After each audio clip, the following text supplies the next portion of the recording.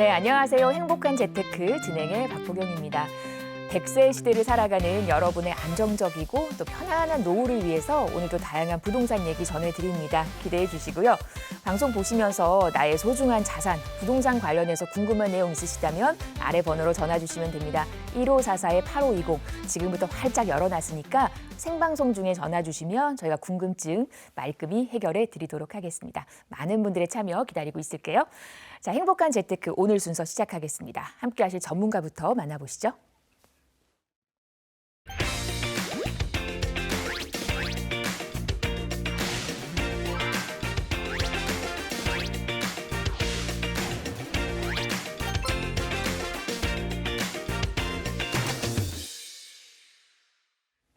네, 저희 오늘은요 양팔석 전문가와 이 시간 함께하겠습니다. 안녕하세요. 네, 안녕하세요. 네, 반갑습니다. 네, 여러분 반갑습니다. 이 부동산 재테크 행복한 재테크 저희 방송에 오셔서 진심으로 환영합니다. 부동산 시장의 다양한 이야기와 그리고 재테크 노하우를 나눌 수 있는 그런 공간의 시간입니다. 부동산은 단순한 투자 수단이 아니죠. 여러분의 삶과 미래를 결정할 수 있는 중요한 자산입니다. 그렇기 때문에 이 방송을 통해서 여러분들이 더 나은 투자 결정을 할 수 있도록 저희가 여러 가지 유익한 정보와 다양한 팁을 제공해 드리겠습니다. 네. 오늘 이 시간이 앞으로 좋은 결실로 방송을 통해서 얻어가시는 성공한 재테크의 길로 함께 나아가시죠. 감사합니다. 네, 좋습니다. 워낙 이제 현업에 오래 계셔서 그간의 노하우를 바탕으로 좋은 길을 안내해 주실 것 같다라는 그런 든든함이 듭니다. 자, 그러면 저 이제 첫 이슈부터 살펴보면서 시장의 흐름을 한번 점검을 해보도록 하겠습니다. 첫 번째 소식 볼게요. 임대차 입법 개편 논의가 본격화되고 있다라는 소식이 있습니다. 이게 사실 임대차 보호를 위해서 마련이 됐습니다마는 네. 어떻게 보면 임대료 상승을 부추기기도 한다라는 얘기도 있었고요. 이게 어떻게 좀 진행이 되고 있는지 궁금한데요. 네. 그렇죠. 이게 임대차 입법에 의해서 임대인은 임대인대로, 임차인은 임차인대로 분란이 굉장히 많죠. 네. 자, 그러면 이것을 자료를 보면서 설명을 드리도록 하겠습니다. 네. 자, 이 임대차 입법 중요한 것이 바로 이것이죠. 예, 계약갱신 청구권. 바로 계약갱신 청구권과 전월세 상한제가 되겠습니다. 이것에 대해서 현재 어떻게 이것이 전월세 상한제가 무엇이고 또 계약갱신 청구권이 무엇이며 이 문제점을 도출해내고 그 다음에 개선안을 찾아보는 시간을 갖도록 하겠습니다. 네. 자, 그렇다면은 이제 어떻게 좀 변해가고 있는 건지 임대차 입법의 주요 내용을 한번 먼저 점검을 해봐야겠죠. 네. 그렇죠. 임대차 입법 그렇습니다. 임대차 입법은요, 과거에 임대차 보호법이 제정이 됐는데 2001년 1월 1일에 바로 임차인이 주거 1년을 2년으로 바로 상향시키면서 주거의 안전성을 이제 도모했었죠. 그리고 2020년 7월 30일 이제 주거 2년을 4년으로 높였습니다. 이렇게 되면서 오늘날에 이르게 되었는데요. 바로 임차인은 계약갱신 요구권을 가지고 2년을 더 살 수 있는 자격을 얻게 되고 법상으로요. 또 하나 임대인과 임차인 간에 어떤 문제가 있느냐 보시게 되면은요. 임차인은 2년 추가로 갱신 요구권을 행사해서 거주를 하다가 본인의 사정에 의해서 이제 이사를 해야 될 상황이 생기게 되면은 임대인에게 3개월 전에 통보만 하면은 임대인은 바로 만기일, 바로 통보한 날짜 만기일에 보증금을 어디서든 새로운 임차인을 구하든 아니면 본인이 자금을 다른 데서 마련하든 바로 임차인에게 이제 내줘야만 하는 이런 사정이 생겨서 임대인의 불만이 가중되는 것이 이제 문제죠. 자, 전월세 상한제가 그럼 무엇일까? 전월세 상한제는 계약 갱신이 될 때 단순히 2년만 더 추가로 하는 게 아니죠. 2년만 하면 얼마나 좋겠습니까? 그런데 월세의 인상폭을 5% 내로 제한을 하는 겁니다. 자, 언제? 2년간 사는데 5%입니다. 자, 요즘 물가 상승률이나 이런 것들 보면은 정말 무섭도록 오르는 경우가 있잖아요. 이렇게 되면은 실제로 임대인은 어떻게 됩니까? 소득이 줄어드는 이 결과를 나타내기 때문에 이 부분에 대해서는 상당 부분 문제점으로 대두가 되고 있었습니다. 그래서 임차인들에 대한 이 문제점을 해결하기 위해서 어떻게 해야 될 것인가? 이 문제점은 임대인과 크게 임차인으로 이제 대별되죠. 이건 결국은 서로가 대립 관계가 될 수밖에는 없는 상황입니다. 이 대립되는 관계에서 임대인은 여러 가지의 이 부분들을 놓고 보면은 이제 특히 가격 변동성이 확대에 놓이게 돼요. 그리고 임차인은 주거의 안전성이 보장이 되죠.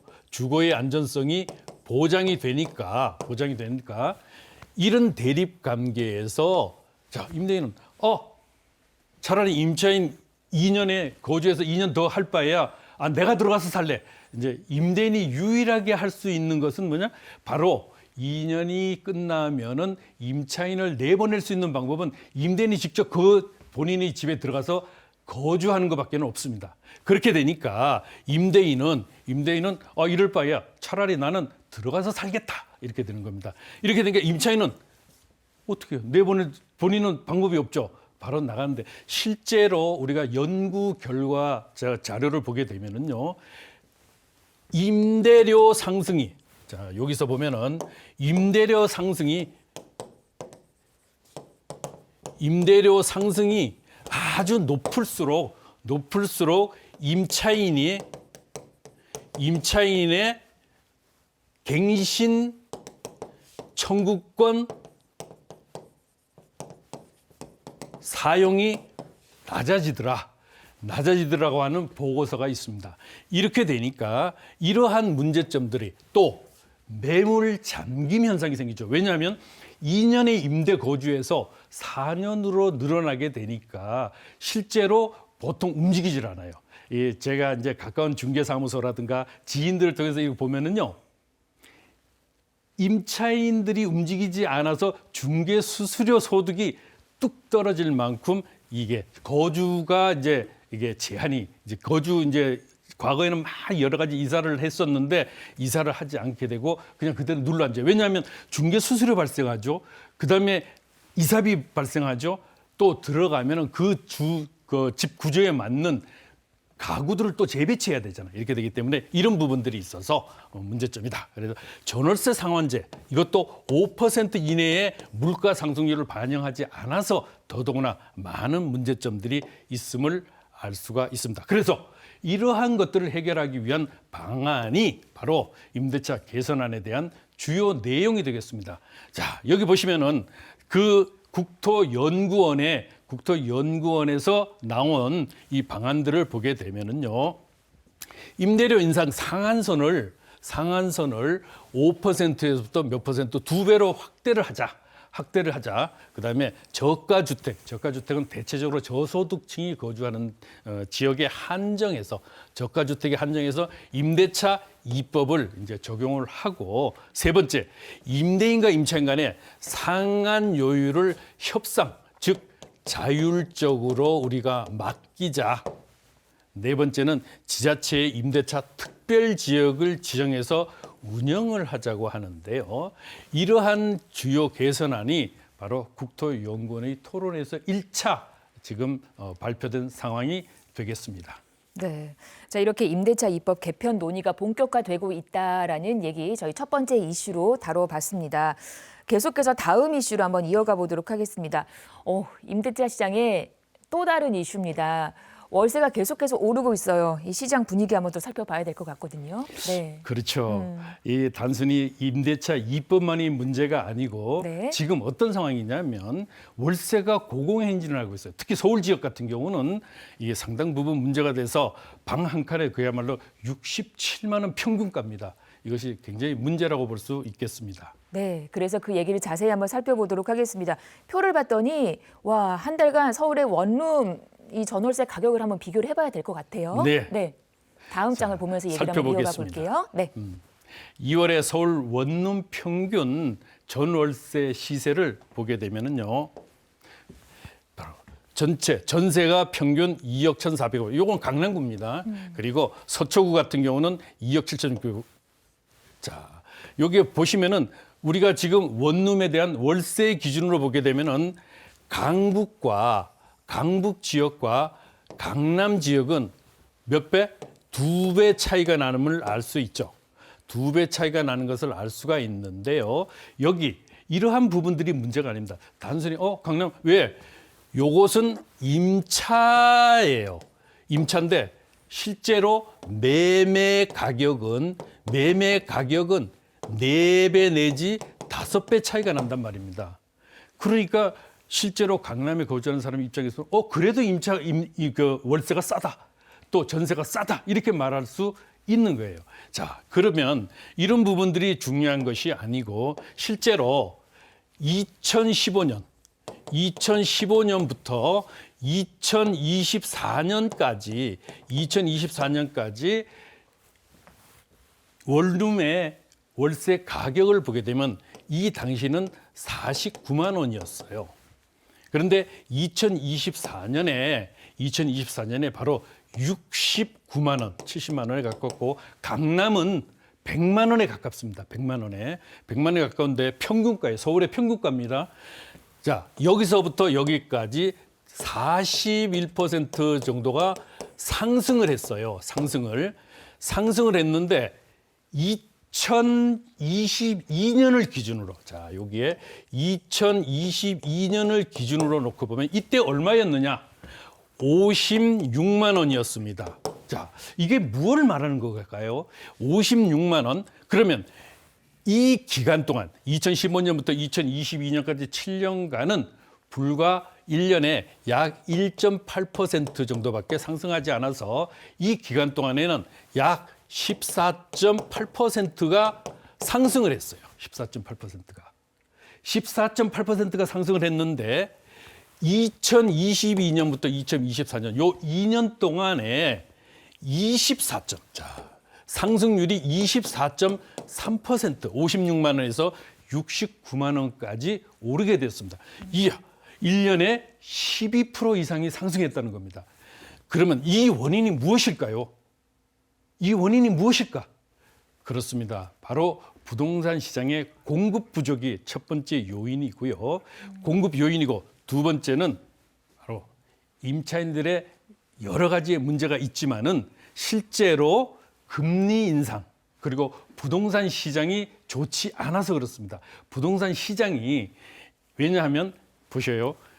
PF 문제 발생했죠. 그다음에 오피스텔 주거로 인정함으로 해서 많은 분들이 외면했죠.